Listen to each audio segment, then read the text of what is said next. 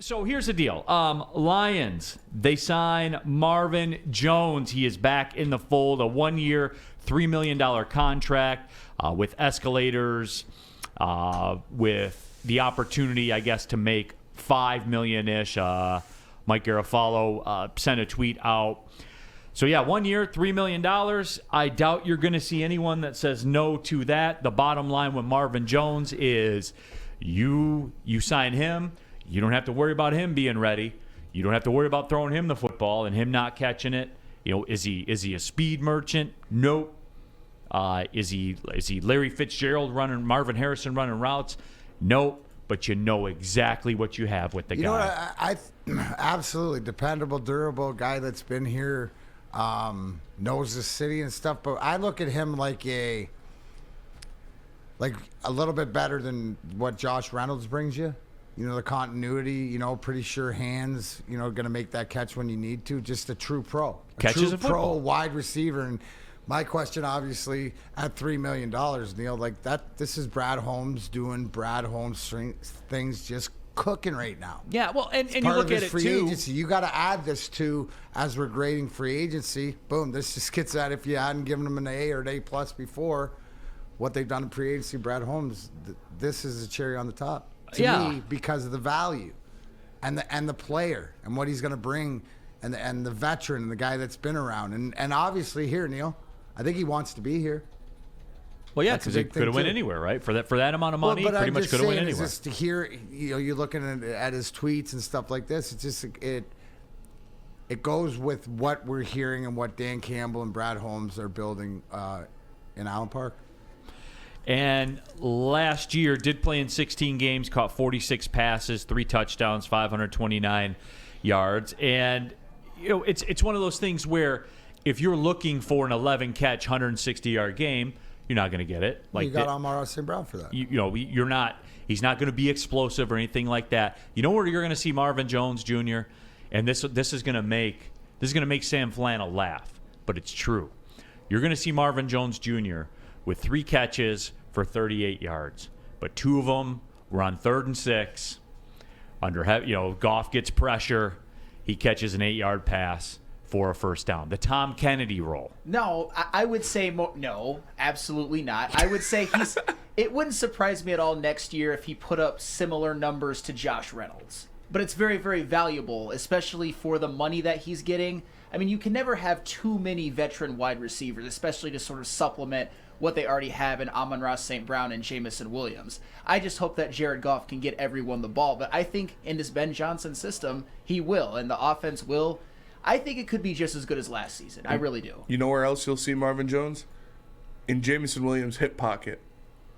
It's, you know, he is a guy that's very liked in the locker room, a guy that has spent a majority of his career in Detroit, very liked in the community, and he can help a young receiver learn how to be a professional, learn how to, you know, play in Detroit, learn different things like that, and still, like you said, give you a couple catches, a couple first downs a game. So I love it. I think it's great, dude. Yeah, there's no one that's going to say no to that, especially for the money. You know where I am with it. At his 3 catches, 38 yards, he won't complain. It's not what it is. I look at this signing and I go, perfect, because that's where I slot in where I had Khalif Raymond, and it gives me Khalif Raymond as my switchblade again. You know, punt return, all this different stuff, but more durability, and just, you nailed it, Neal, is that the fact is that I think we got all understand is what great teams do is it's that 3rd and 5, 6, 7 when you need that catch that you forget during the game, but when you go watch the tape and go, man, that was such an integral play in the game. That's what Marvin Jones provides, let alone what you said, Spenny, which is huge. And I think it's at this point in his career, it might be even bigger, right? Because you got Amon-Ra St. Brown, because you got James Williams, but it's the locker room and the culture. You know, it's the same thing as Dan Campbell coming out, you know, giving support that Alex Anzalone is your quarterback on defense. Well, then that makes sense of why they built around him and re-signed him and stuff like this. So again, it's I look at it, it's just adding that experience and just a true pro. Yeah. WoodwardSports.com chat thread. Mark Speed says, I wonder what Trevor Lawrence thinks of losing Marvin Jones Jr. Well, he probably doesn't think a lot of it because they have Calvin Ridley back this year. Yeah, I was going to say he's good. They're getting Calvin Ridley back. Yeah, he's fine. Yeah, he's like Christian Kirk, Calvin Ridley. The Jags, man. Jags are going to be good. They're putting it together. They certainly are. I wouldn't, throw a couple bucks down on Trevor Lawrence MVP.